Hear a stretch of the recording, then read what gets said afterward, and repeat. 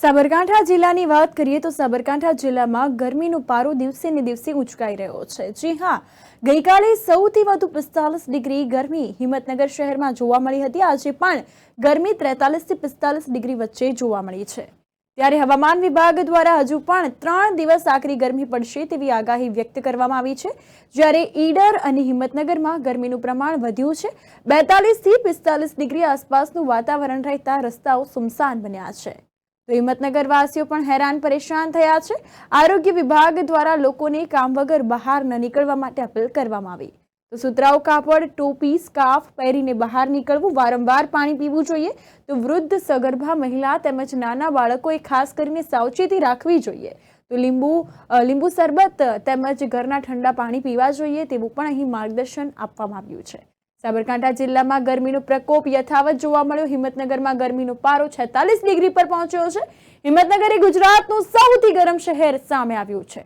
શહેરના બગીચા વિસ્તારમાં આકરી ગરમીથી વાગોલ નામના જીવો વૃક્ષ પરથી નીચે પડવા લાગ્યા છે। પાલિકાનું ફાયર બ્રિગેડ ઘટના સ્થળે પહોંચી અને વૃક્ષો પર પાણીનો મારો શરૂ કરી રહ્યું છે। તો વૃક્ષ પર રહેતી હજારો વાગોલ નામના જીવોને બચાવવાનો પાલિકાનો પ્રયાસ હાથ ધરાયો। આરોગ્ય વિભાગ દ્વારા ઘરે ઘરે આશાઓ મારફતે સગર્ભા માતાઓ, બાળકો અને વૃદ્ધોને વધુ પડતું પ્રવાહી લેવાનું, બપોરે બિનજરૂરી જરૂર ના હોય તો બહાર ન નીકળવું, અને જરૂર જણાય જ્યારે નીકળવું પડે તો સુતરાઉ કપડાં અથવા ગળના લીંબુ શરબત, છાશ અને ફળોનો ઉપયોગ કરવો પીવામાં, તથા ગરમીમાં અમારા આશા મારફતે જરૂર જણાય કોઈને તકલીફની જરૂર પડે તો સામૂહિક આરોગ્ય કેન્દ્ર, સિવિલ હોસ્પિટલ અથવા પ્રાથમિક આરોગ્ય કેન્દ્ર અને હિંમતનગર શહેરી આરોગ્ય કેન્દ્ર ખાતે ORS અથવા જરૂર જણાય તો સારવાર માટે તાત્કાલિક દવાખાનેથી સારવાર લઈ લેવી।